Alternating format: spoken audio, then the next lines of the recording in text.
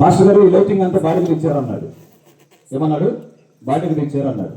నేను అన్నాడు, లేదు పాస్టర్ గారు, స్పాన్సర్ క్యాలెండర్లు కానీ, లైటింగ్స్ కానీ, చుట్టూ ట్రీ కానీ, అదేవిధంగా పాస్టర్ ఫ్యామిలీకి కానీ, సండే స్కూల్ గిఫ్ట్ కానీ, ప్రతి ఒక్కరు కూడా ఒక్కొక్క సంవత్సరం స్పాన్సర్ ఉంటున్నారు అని అన్నాను.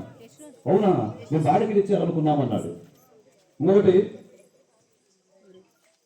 2024 సంవత్సరం మనం చూసుకుంటున్నాం, నూతన సంవత్సరం ప్రవేశిస్తుంటున్నాం. 2025 సంవత్సరం కూడా క్యాలెండర్లు రేపు ఉదయకాల సమయంలో చర్చలు 11 గంటల నుంచి 1 గంటకి ఫాస్టింగ్ ఫేర్లో వాగ్దానాలు క్యాలెండర్స్ ఇవ్వబడతాయి. ఒక విషయం తెలుసా, 2026కి కూడా క్యాలెండర్లు ఏమైనా తెలుసా? బుక్ అయిపోయినాయి, ఖాళీ లేదు. జాన్ అడిగాడు, 2026కి క్యాలెండర్లు మేము గుర్తిస్తామన్నాడు.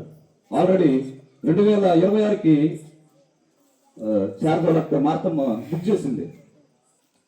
కాబట్టి ఎందుకు విషయం అంటే ఇది కేవలం ఉపవాస ప్రార్థన. కాబట్టి ఆ విషయాన్ని మీ దృష్టిలో ఉంచుకోండి. 2025 సంవత్సరంలో ఖాళీగా ఉండే ఏమిటంటే క్యాలెండర్లు పూర్తి చేయబడ్డాయి.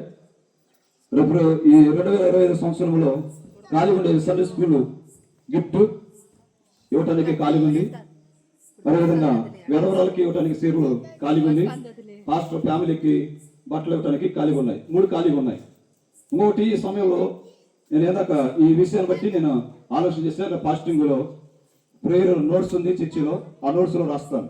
అదేమిటంటే ఇలా జరుగుతుంది కాబట్టి మనసుకు పడతా ఉంది కాబట్టి చర్చికి టెంట్ హౌస్ కావాలి అని చెప్పి నేను ప్రార్థన నోట్స్లో రాస్తాను.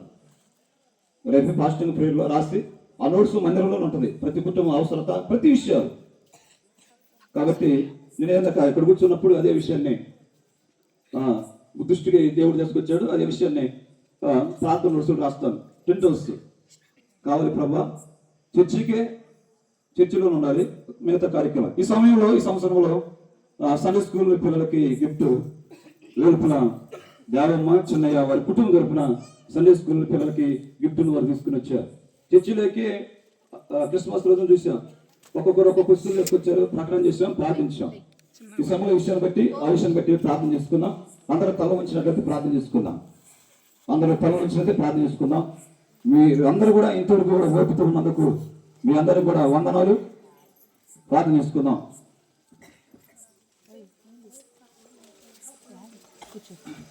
మహాగణులను మహిమ కలిగిన